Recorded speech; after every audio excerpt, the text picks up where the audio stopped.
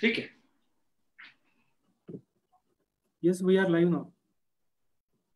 Okay. बस एक minute.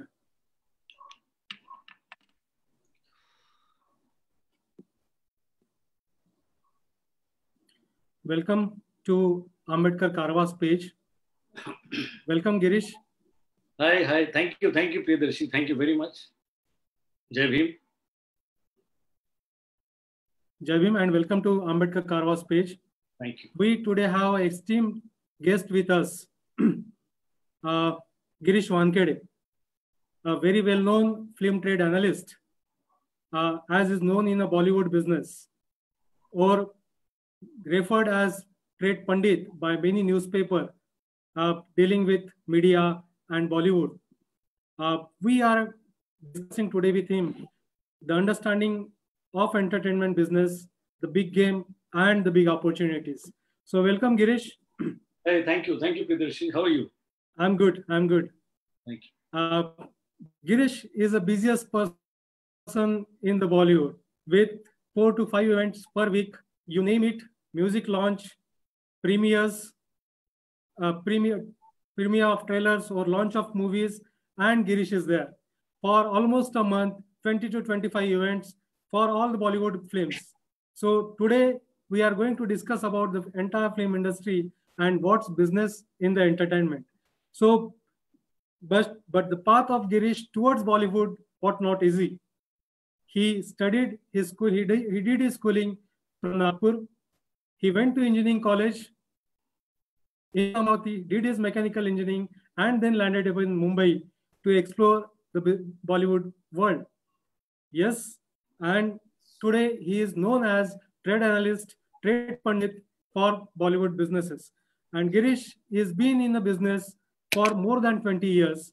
So let's explore the journey, how he ended up in Bollywood from schooling to mechanical engineering and to Bollywood business. So Girish.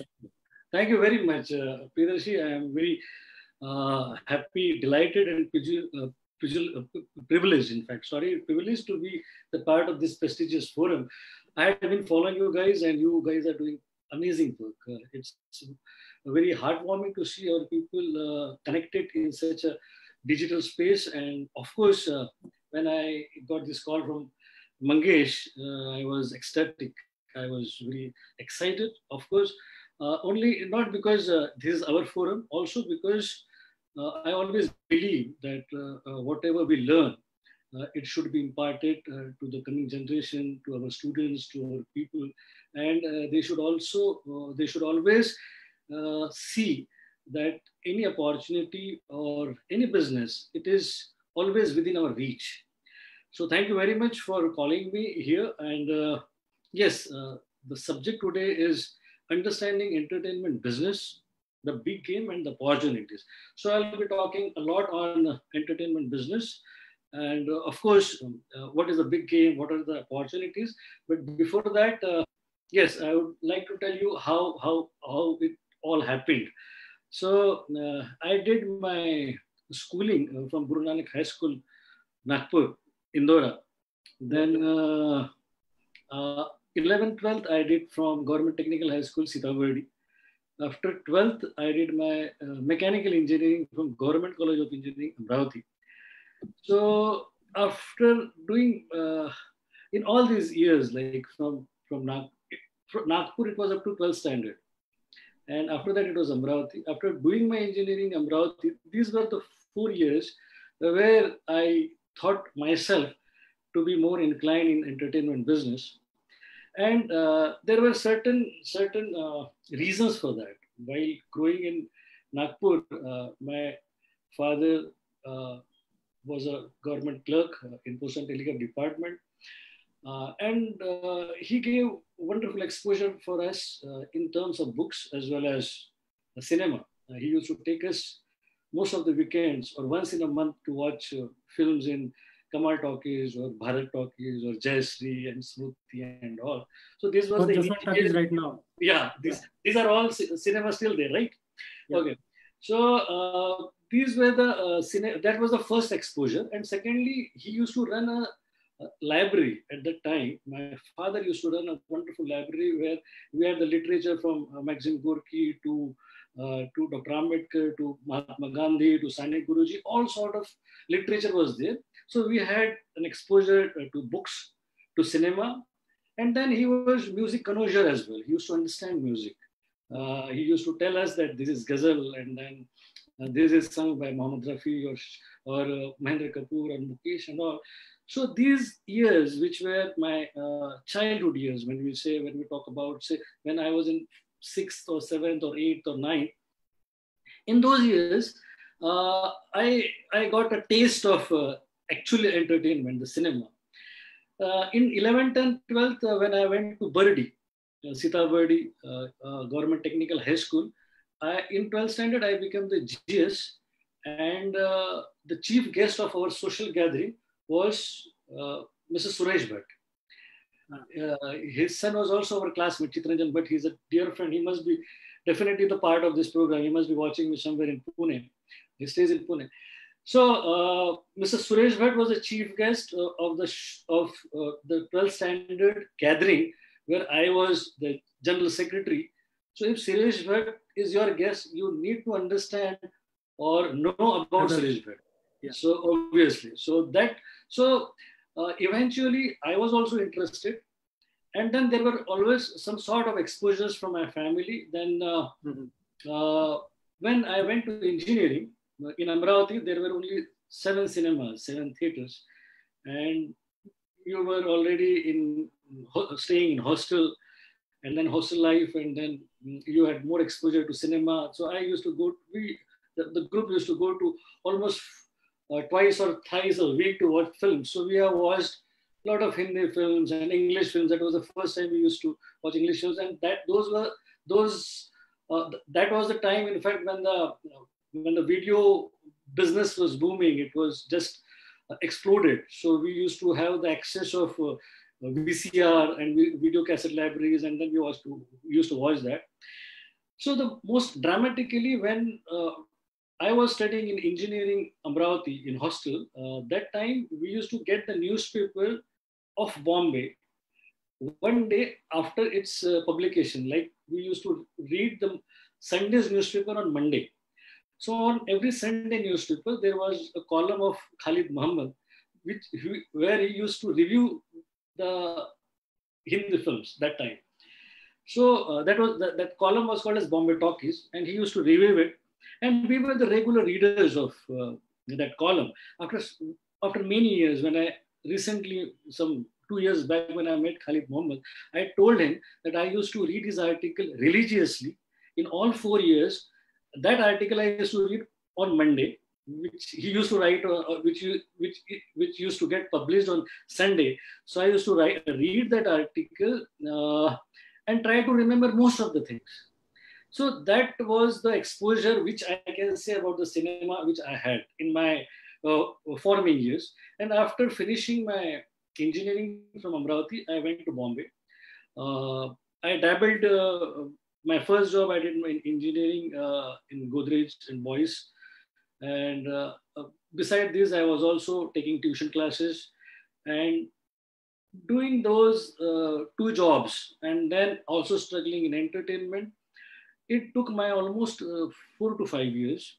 And after this 4 to 5 years, then I got my first break in a small company called Exim Cinematic. Exim, E-X-Z-E-E-M. Exim Cinematic was ex-Z employees. There was a big layoff from Z. So all these people have come together and started a company called Z. So that was my another exposure. And from that company, I moved to Ultra Video. At that time, they used to sell video CDs. So I used to promote those video CDs. And after Ultra, then I joined Cinemax. Cinemax, I joined as a assistant manager public relations. Then I rose to manager public relations, head public relations. Then I became national marketing head for Cinemax. Then when Cinemax was acquired by PVR Pictures and PVR Cinemas, I became national marketing head for PVR Pictures and PVR Cinemas. Then I understood distribution. So when I was in cinemas, I was a part of exhibition. Then I understood distribution. and then international syndication. So I used to go to Hong Kong, watch the films, select those films for the India release, market those films, and then we used to release those films in India. So in my tenure, the films which I released in our country was The Wolf of Wall Street, Imitation Games, The Expendables. So these were all the films which I released. And beside this, I also used to preside Marathi Film Festival and used to host Marathi Multiplex Film Festival. I did that for 5 years. I got appreciation from Honorable Chief Minister also. Yeah, you've been awarded by Government of Maharashtra for your contribution in Marathi film industry. Yes. So these were so I think the whole idea of mine getting into entertainment was I was always inclined to entertainment. During my college days also, I used to read. There was whatever the material I could put my hands on, I used to read that, especially on entertainment. And I was an avid reader. I'm still, I do read a lot. So reading, and then passionate about being in cinema, loving cinema. So I loved cinema. And then it was always a smooth ride. I got my break, and then initially learned public relations, then learned distribution, then learned marketing. And at this moment, I am running my own company called Entertainment Entertainment Solutions. And we do the marketing, distribution of feature films, as well as we do the syndication of films. So, and then I do do court on various film business also. I've been part of international film festivals, travel across the globe, choose the content, talk about the content. So a lot of interesting things which I'm up to, and I'm seriously happy to be the part of this. Yeah, I mean, most of the time when you have to end up in a Bollywood, you have to either come from drama, school of dramas, or theaters, or you from acting.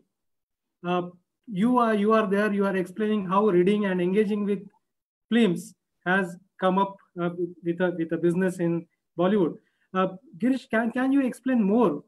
Can you say more on the sort of business? How does it operate? I mean, your screening of films, selecting of films, your visits to Hong Kong. You just refer that you visiting to Hong Kong's, like selection of those.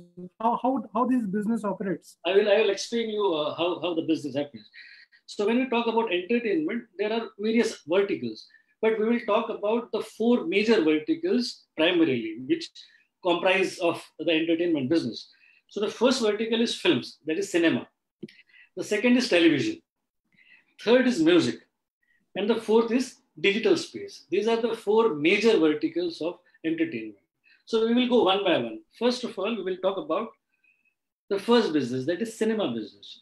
In cinema business, if you remember, if you must have definitely visited any cinema hall to watch a film, either a multiplex or a single screen. So we will start with the cinema business. So when you go to watch a film in, say, a multiplex, you buy a ticket from box office, you get that ticket, you go through the security screening, then you go on your seat and you watch films. In the meanwhile, in the interval, you can buy some food stuff from the cafe. This is what you do.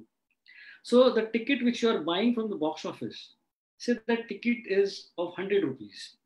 So that money, 100 rupees which you are paying on the box office, that 100 rupees has 3 parts. The first part is called as entertainment tax, which is called GST now. So that goes to the government. That goes to government of Maharashtra. That is called entertainment tax. Every state has their own slab of entertainment tax. In Maharashtra, you have a different number in entertainment tax. In Rajasthan, they don't take entertainment tax. In Punjab, there is certain figure. So every state has their respective entertainment tax. So the ticket which you are buying of 100 rupees, out of this, 32 rupees goes to entertainment tax. Now, whatever the money is remaining, if the money is say 68 rupees remaining, then there are 2 parts of the 68 rupees. There is 50% is the share. 50% goes to the cinema owner and 50% goes to the distributor. Distributor is the man who has distributed that film. Distributor is the person who has got that film to the cinema hall. So you are at the cinema hall. You gave 100 rupees and bought a ticket. So your 100 rupees, out of your 100 rupees, 32 rupees has gone to government. Then almost 35 rupees has gone to the cinema owner, and 35 has gone to the distributor. Okay, so the distributor is the man who has got that film to the cinema. To the cinema business is called as the exhibition business. So the film has got the film has been supplied or provided to cinema by the distributor. So distributor gets that film from the producer. So distributor is the link in between a producer and an exhibitor. So distributor is the man who takes the content, takes the film from the producer, and then he distributes it according to the territory.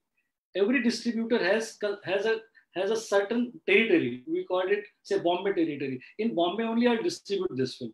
Then CP and Bira, then Rajasthan or CI or Punjab. So there, the whole India is divided into 11 territories. And in every territory, there is one distributor. So if I have made a film, I am the producer. Producer is the man who spends money and make a film. So if I make a film, I can't have relationship with all the cinema owners. In our country, we have 9,500 cinemas. Out of 9,500 cinemas, 3,000 cinemas comprises of multiplexes. Rest are all single screens. So when a man who makes a film, he himself learns to make a film. So when he makes a film, then we can't expect him to go to all 5,000 cinema halls and release his film. So there is a system. There is somebody called as distributor who get that content, and he is the man who knows all the cinema owners. He knows screens. He knows everything in exhibition. That's why he's called a distributor. So the producer gives film to the distributor. Distributor takes that film and give to all the cinemas where he aspires to release that film. Now that film, whatever the money that film makes, the part of that money goes to government, the part comes to distributor, and from distributor it goes to the producer. So this is what we have started now with the cinema business. So in cinemas, the first thing what you did was to buy a ticket from box office, then to watch the film, and then you buy some samosas or Pepsi or popcorn from the cafe also. So cafe, that is F&B business, is one of the very prominent business for the cinema. If I own a cinema, the revenue which will come to me will be from the box office, which we have discussed. The second revenue which will come from the cafe. So cafe is totally mine. In box office, I have 3 portions. There are 3 partners to it. I get only one part. Whereas the money from the cafe goes to the respective cinema. It is never shared. Thirdly, the parking. If you go to a standalone cinema, that parking belongs to the cinema owner. So it is not shared. So cinema owner has got the 3 verticals from where he generates the business: box office, cafe, and of course the parking. So this is what about cinema business. Now we'll turn here and we'll go back to the producer. Now the producer who's making the film, he has given the film to the distributor, and distributor has given to the exhibitor. The man who makes the film, that film when he is making, he has got a creative people with him. So there are around 27 to 28 departments in the creative field. So when in the creative field, the foremost department is direction department, the director. The director is called as the captain of the ship. So he is the one who is the creative man. Producer, sometimes he is also creative, he is also the producer, he is also the director, he is also the writer. Sometimes he only spends money, he funds the film. So he is the producer. So producer, then director, then writer, then costume, and then executive producer, and then makeup, and then art director, and then music director, and then background music director. So there are around 28 departments which goes to make a film. So when he makes, so producer, these are all the creative departments. And then after the film is over, film is complete. So when he approaches the distributor, he also approaches the marketing man. So the marketing person who market those films.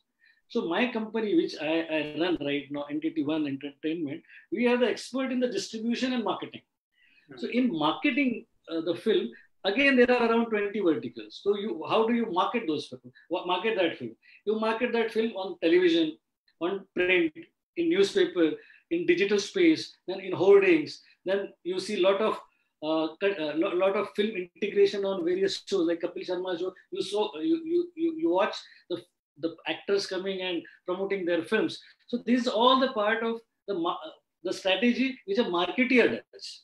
Mm-hmm. So a producer, when he makes the film, he has got the hold of the creative people. Once the film is ready, he approaches two types of people. One is the marketing person who markets that film, and the second is a distributor who gets that film to the exhibitor, and then film comes to you. So this is what the film business is all about. And second, yeah, and how your role as a trade analyst comes into this vertical. As a trade analyst, what I do, trade analyst means every week there are around 8 to 10 or 12 or 18 films which are released in our country. There will be 2 or 3 Hindi films, there will be 1 or 2 English films, then 1 or 2 Marathi films, and Tamil and Telugu and all these films.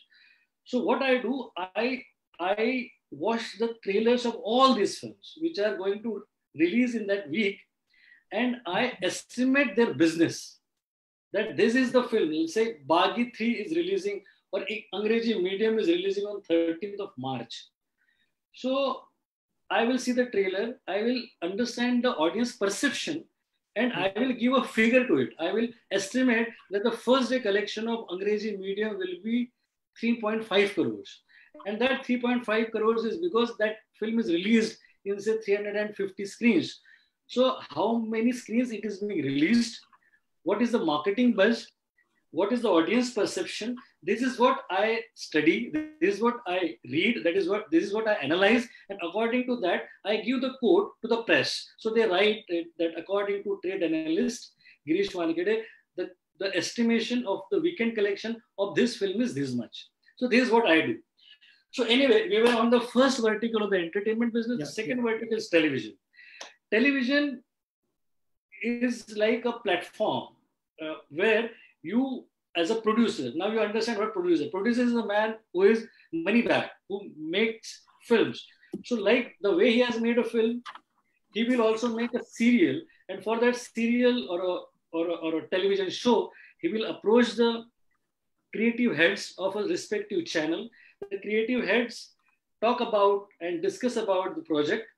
And after they assign the approval to the project, the producers start making the project. And when he produces that project, the cost given to the project is already decided. Say he's making making a serial, and the cost of one episode is say 1 crore. So the producer will always assign him 15% of the producer's fees. Means 1 crore he will get out of this what he has made. Above that, he will get 15 lakhs as well. So if he is making say 4 episodes in a month, he will get 60 lakhs.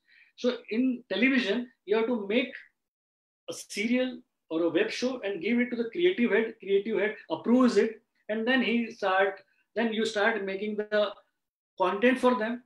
They give you a certain timing or they keep a bank to it and they start making it. So here the relationship is only between the producer and the creative head. This is the television business. Then we have music business. So in music business, there are 2 sort of businesses. One is the film music business, and second is the independent music business.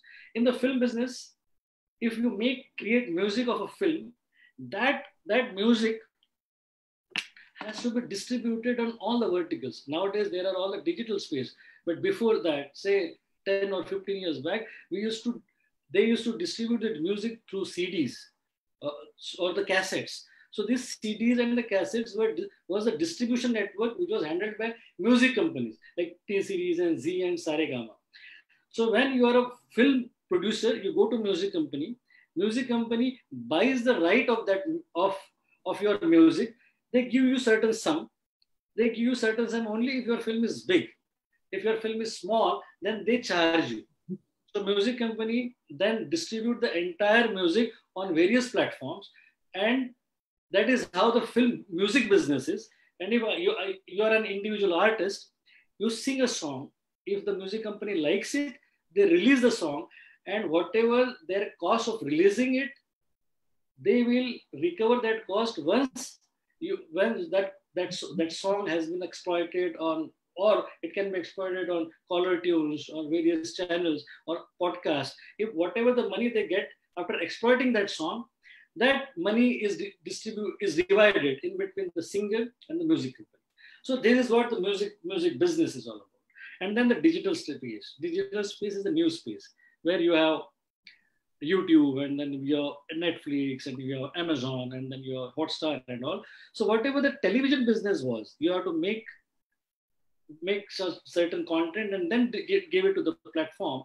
Similar is the digital space. So you make a content, you speak to the creative head, you get the approval of that content, and then you that content to the platform owners or the creative heads of these owners. And these platforms are, as I told you, Netflix and Amazon and Z5, and there are around 38 to 40 platforms. So in all this context, if you see that in all these businesses, which I talked about, films, television, music, and then digital, in all these four type of businesses, the producer who is making the creative content, in that creative content, he is assigning a director, an executive producer, and then the actors come in. So actors are the stars. The people recognized by their faces because they are they are front. Everybody knows them because they are more visible, because they are the most prominent part of the creativity.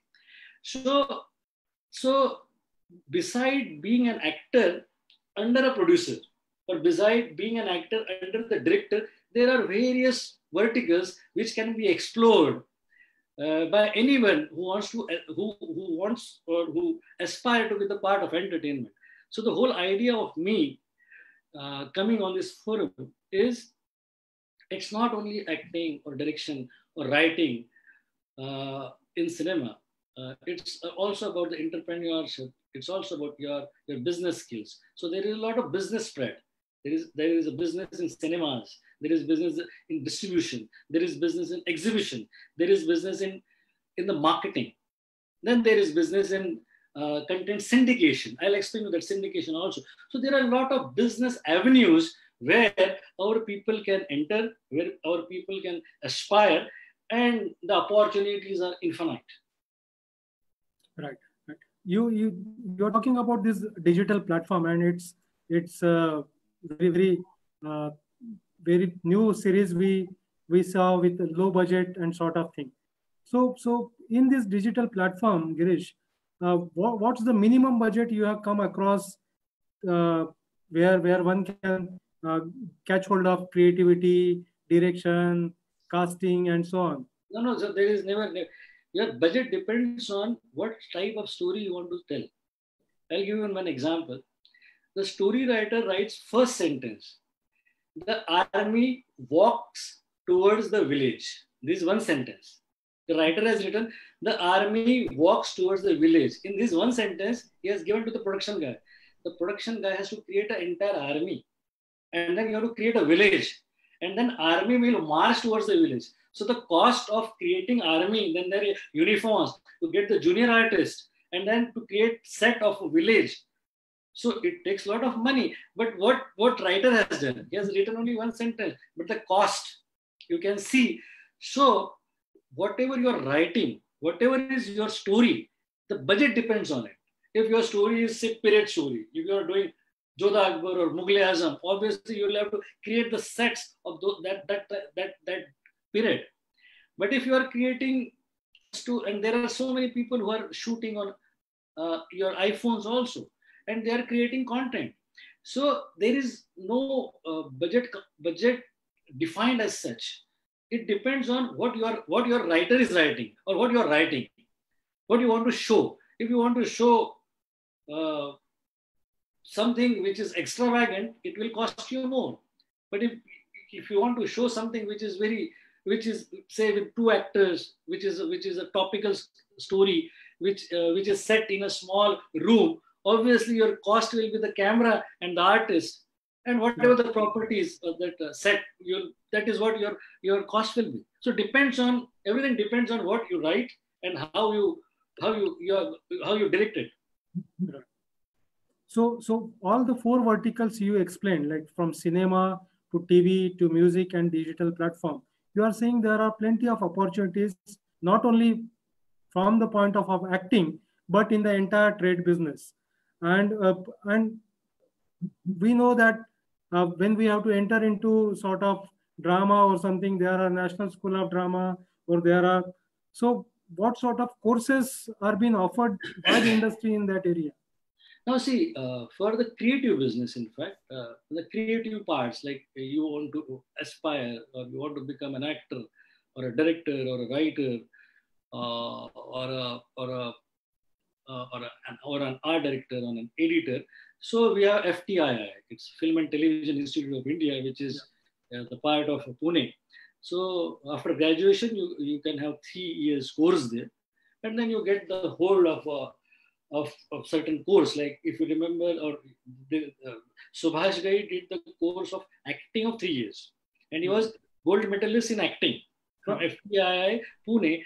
And then he came back to Mumbai. He featured in one feature film also. That film bombed. And then he made his first film as a director. That was Kalicharan, then Vishwanath, and then rest is the history. So he's gold medalist in acting, but he dabbled in direction and he became a world famous director. Similar to that, David Dhawan. He did his FTII course in editing. He was a wonderful editor. But he became a director, and most of the successful directors are the editor turned directors. So these are all the creative. If you are talking about being an editor or a writer or even an actor, then you have FTII. Then also you have NSD, National School of Drama in Delhi. Nawazuddin Siddiqui is from National School of Drama. So there are many actors who are from Nasuddin Shah and all. They are from National School of Drama. So you can come, you can do that course from. They teach you direction as well as acting there.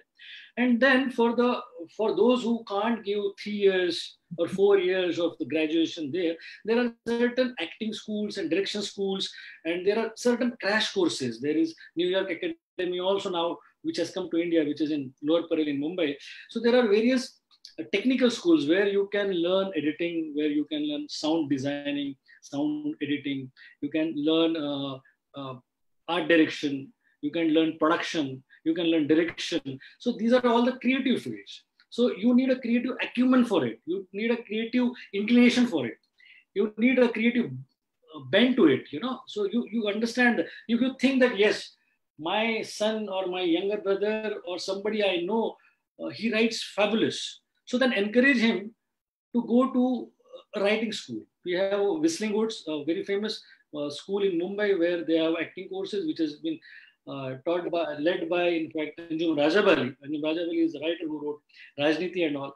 So they can do their courses from Whistling Woods. So there are several film institutes where you can do technical studies like what I explained to you.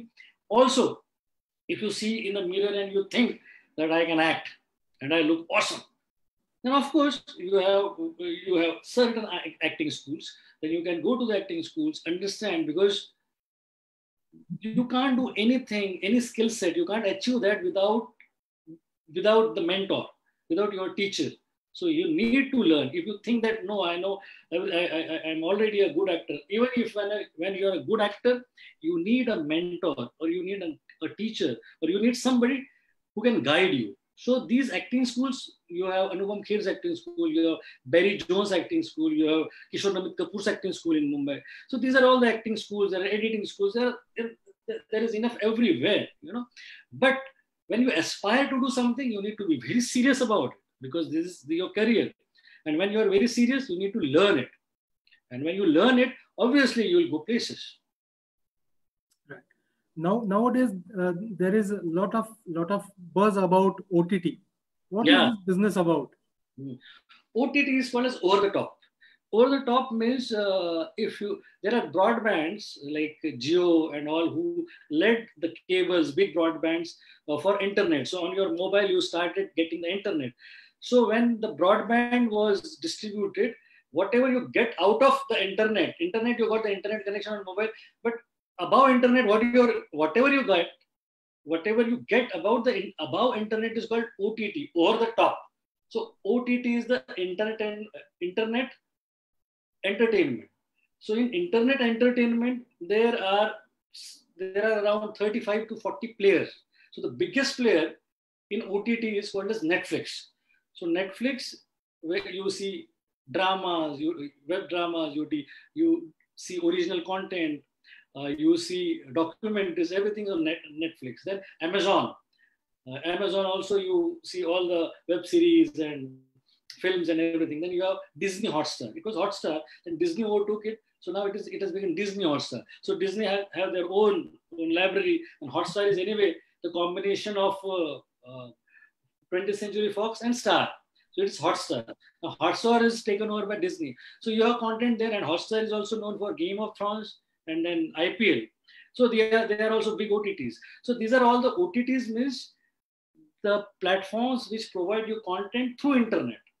So you subscribe them, and then you have ZEE5, then you have Sony Live. So every broadcaster, like channels, they have their own set of OTT. Like Zee will have ZEE5, Colors will have Woot, then Sony will have Sony Live. So these are all the digital accessories of the broadcasters. That is called OTT. So do you see the transition? I mean, there are new players coming in. I mean, when we used to watch cinema in early times, there were big families coming from only certain so-called family background and so on. So with this OTT and digital, do you see the change in cinemas and trend in the business? Yeah, there is certain change, but always remember that the more verticals of entertainment you have, the more will be viewership. It will never less, but it will increase. Means the people who used to throng to cinemas, now they have started watching digital entertainment, but they will never stop thronging to cinemas. They will always go to cinemas. Cinema has their old world charm. It has got its own magic. So cinemas will always there to stay. Entertainment which is provided on your mobile or your laptop or on your television, this is also there to stay. But the content which you will get on your laptop or mobile will be the content which is primarily made for that medium.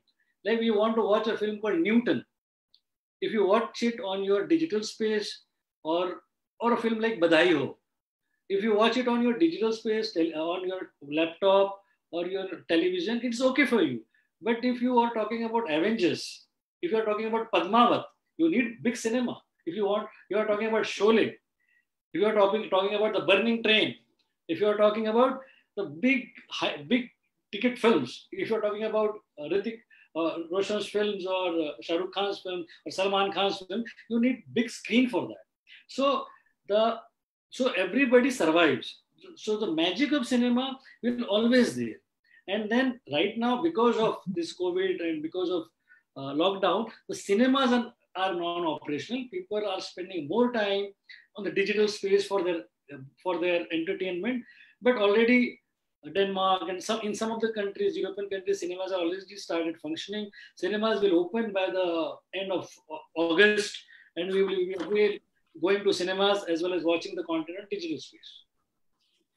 Yeah, as a part of your business, you come across many film stars, from Bollywood Shahenshah to Amir Khan, Shah Rukh Khan, and whatnot, and Huzur. You also took some of them to Nagpur, and also took them to Diksha Bhumi. How your experience was? It was amazing because see, Diksha Bhumi, I had shared this experience on various platforms also. There was a film called Khatta Meetha, and I was traveling. We used to coordinate with the star to go on in certain cities to promote their films. So I was doing this film called Khatta Meetha, and we had decided that we will go to Nagpur, also Pune, also Hyderabad. Some cities were decided. I always used to insist to the star that we should go to Nagpur only because it is my hometown. So when I got a hold of Akshay Kumar, I told him, and Akshay Kumar, he has a habit of, if he goes to any city, he goes to Gurudwara also, always. He will always go to Gurudwara, any city he visits. So it was pre-decided that if he comes to Nagpur, then he will go to Gurudwara, and I know it is near Sadar. You must be knowing also. So then he told me that we are going to Nagpur, and he did his first press conference in Pune. From Pune, he was coming to Nagpur, and I was traveling with him. So I said, even when you are going to Gurudwara, there is Diksha Bhumi, which is very near to airport, and it got its own strength. And anybody who comes to Nagpur should or visits Diksha Bhumi for anything they do. If they do film promotion, or even if they do the regular conferences, it's very regular. It's very mandatory for them to go to Diksha Bhumi. That was something which I convinced, and he got convinced. So I got Akshay Kumar to go to Diksha Bhumi. It was a big news. And after 2 or 3 months, there was a film called Akrosh. So in Akrosh, Akshay Khanna and Ajay Devgan were the co-stars. And Ajay and Akshay, when they decided to come to Nagpur, I told them that Ajay was doing the character of a Dalit struggler, a Dalit man. So I said that if you are playing a character of an Ambedkarite, of a Dalit man, and if you're talking about the movement, then the first thing which you should do is should visit Diksha Bhumi in Nagpur. Then he and Akshay Khanna came in to Diksha Bhumi, and then they did the entire Trisharan and Panchashal, and it was a big news. And after that, then anybody who wanted to come to Nagpur, they used to go to Diksha Bhumi, and then it became a regular feature. But yes, I got Amir Khan for Ghazni, as well as Three Idiots to Nagpur. Then I got Shah Rukh Khan for Dawn 2 in Nagpur, and I did my first Nagpur visit with Ritesh Deshmukh when his father was CM. The film was De Tali, and I traveled with Ritesh Deshmukh and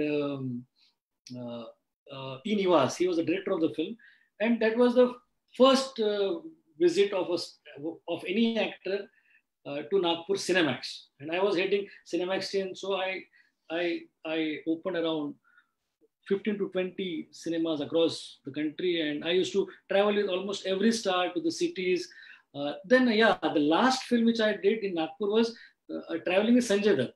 That was the film Agnipath.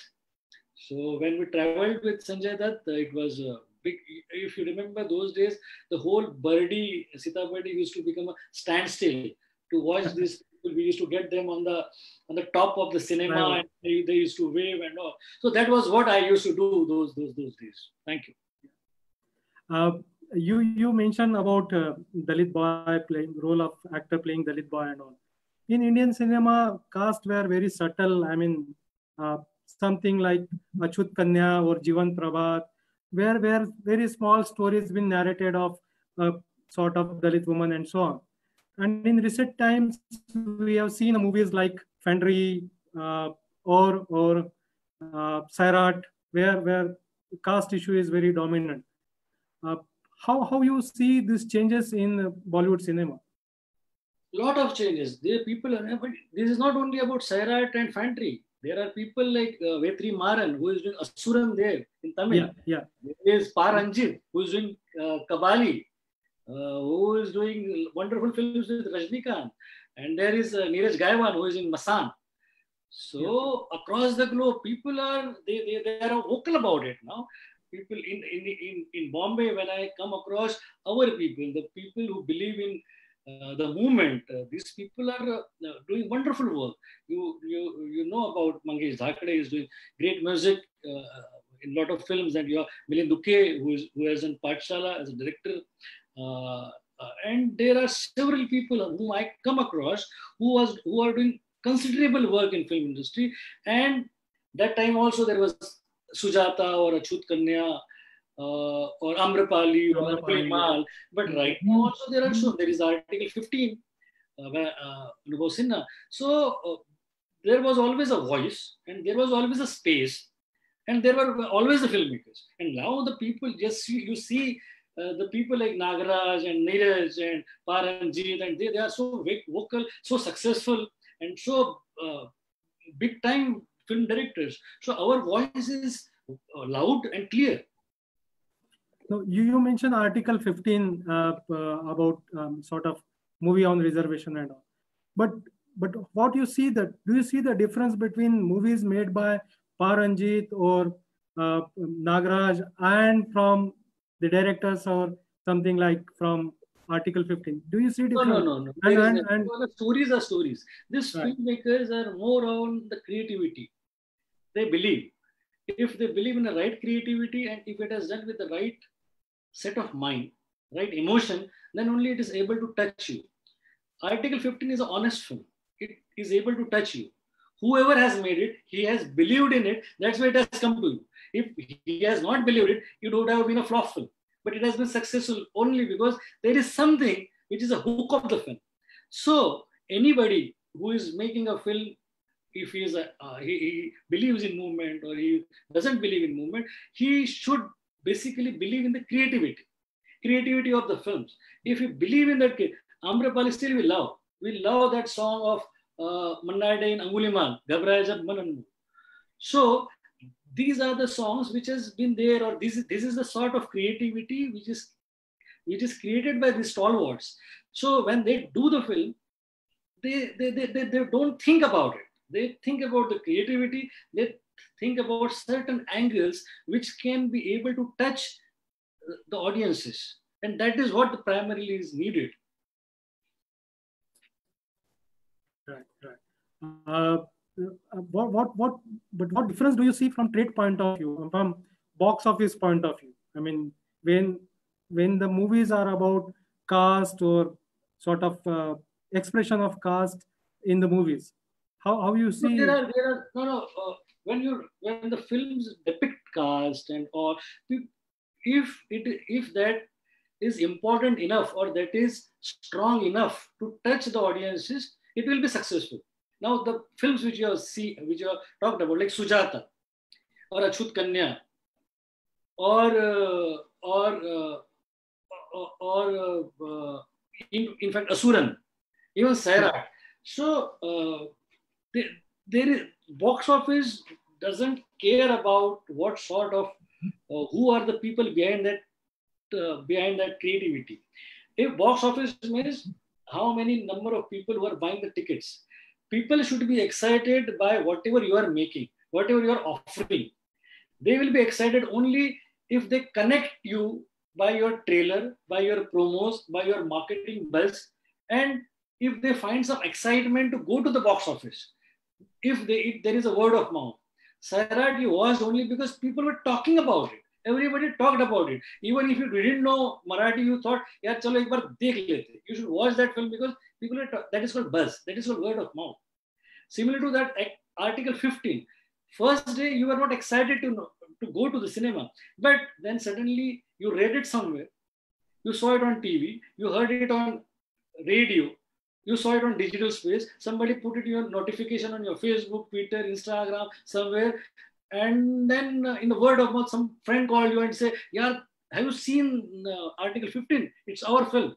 So this is what word of mouth. So this is what the buzz is all about. And that buzz is created only when the content is good. And it has that power to connect to those. So if that power comes only if that content is honest. So that honesty goes with your creativity. If you're honest enough to create a great film, then it will definitely touch the masses. But if you are too inclined or too prejudiced, or if you are too inclined to think that yes, I will go in cinema, I will make such a film that I'll make enough money out of it, or I'll make a lot of money, then that is not the right approach. You need to believe in films as a medium where you can entertainment, you can use it as a tool of entertainment. That is, cinema is a business where you can offer creativity to entertain the people as well as to amplify your thoughts, to amplify your philosophy, to amplify your thought process, your own philosophy. So these are the things where then only you are the part of cinema. So to be the part of cinema, either it should be entertainment or it should be say a message.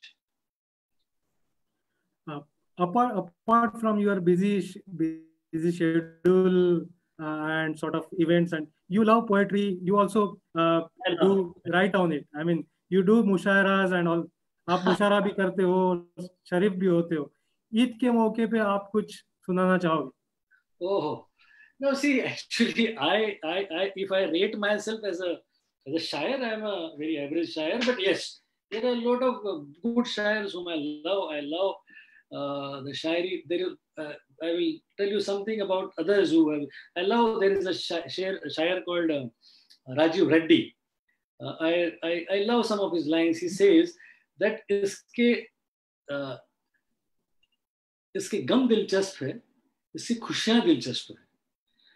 इसकी खुशियां दिलचस्प है, इसके गम दिलचस्प है, कुल मिला के आदमी की जिंदगी दिलचस्प है. इसके गम दिलचस्प है, इसकी खुशियां दिलचस्प है, कुल मिला के आदमी की जिंदगी दिलचस्प है. वैसे तो कुछ भी नहीं अंधेरे में अच्छा मगर, वैसे तो कुछ भी नहीं अंधेरे में अच्छा मगर, जुगनुओं की जलती बूझती रोशनी दिलचस्प है. वैसे तो कुछ भी नहीं अंधेरे में अच्छा मगर, जुगनुओं की जलती बूझती रोशनी दिलचस्प है. कुल मिला के आदमी की जिंदगी दिलचस्प है. न जाने किसके नसीब में क्या लिखा है, न जाने किसके नसीब में क्या लिखा है, मगर हाथ की रेखाओं की बनावट दिलचस्प है. कुल मिला के आदमी की जिंदगी दिलचस्प है, इसके गम दिलचस्प है, इसकी खुशियां दिलचस्प है, कुल मिला के आदमी की जिंदगी दिलचस्प है. तो ये Rajiv Reddy is a South Indian poet, and he writes in Urdu and Hindi. So I get, I love Bashir Badr, I love Ahmad Faraz and Saeed Udyanvi, and of course Mazlum Saab and all. So I am a huge fan of all their work, and I also write, but not up to, not very astounding or astonishing what these great shayars do. But yes, I will tell you something which I wrote, which is of course anti-establishment, something which I call, even if it is Eid, I don't know if I'm able to remember something, but yes, I have, there are some ghazals which I read, I write poetry also. I will recite one poetry. No, not one ghazal. Okay. You are coming from a place where the famous Patankas are there, so we love to listen from you. So sweet. Thank you very much. The name of my ghazal, मेरी गजल का उन्वान है, न कोई बात कर, न कोई बात कर, यूं आ जरा पास बैठ, न कोई बात कर, यूं आ जरा पास बैठ, न कोई बात कर, बहुत शोर है अंदर बाहर, न कोई बात कर. यूं आ जरा पास बैठ, न कोई बात कर, बहुत शोर है अंदर बाहर, न कोई बात कर. कुछ अपनों की आवाजें भी हैं अजनबी सी, कुछ अपनों की आवाजें भी हैं अजनबी सी, जरा रुक सुनने दे गौर से, न कोई बात कर. जरा रुक सुनने दे गौर से, न कोई बात कर, बहुत शोर है अंदर बाहर, न कोई बात कर. गांव बस्ती कच्चे रास्ते सब याद आएंगे, गांव बस्ती कच्चे रास्ते सब याद आएंगे, खेलते हुए बच्चों की आवाज सुन, न कोई बात कर. खेलते हुए बच्चों की आवाज सुन, न कोई बात कर. मेरे गांव की रातों में चमचमाते हैं जुगनू, मेरे गांव की रातों में चमचमाते हैं जुगनू, बस एक घर रोशन कर दे, न कोई बात कर. बहुत शोर है अंदर बाहर, न कोई बात कर. सीना फट जाएगा एक दिन दर्द के अंबार से, फकीर कहता है बैठ रो ले अब, न कोई बात कर. बहुत शोर है अंदर बाहर, न कोई बात कर. बातें सुन ली सारी तमाम हौसलों की, बस मोहब्बत कर ले अब, न कोई बात कर. इसमें सबसे इंपॉर्टेंट शेर है, वो कहते कि तेरे बाप ने सिखाई है तुझे अंधेरों से लड़ाई. ये मैं इसलिए कहता हूँ कि मुझे लगता है कि मैं हर साल अम्बेडकर जयंती को 14 अप्रैल को फादर्स डे कहता हूँ. तो ये शेर उनके लिए है. वो कहते हैं कि तेरे बाप ने सिखाई है तुझे अंधेरों से लड़ाई, ले उठ सूरज दबोच दौड़, न कोई बात कर. ले उठ सूरज दबोच दौड़, न कोई बात कर. यूं आ जरा पास बैठ, न कोई बात कर, बहुत शोर है अंदर बाहर, न कोई बात कर. तेरे बाप ने सिखाई है तुझे अंधेरों से लड़ाई, ले उठ सूरज दबोच दौड़, न कोई बात कर. Thank you. अंधेरे से लड़ाई जारी रखेंगे. Nice talking to you Girish. And we will be coming back to you to know more about this business and the opportunities therein. It was very pleasure and very nice to listen to you. Very happy. Thank you. To be the part. Thank you very much. Thank you. You have been amazing. Thank you. Thank you. Thank you, Priyadarshi.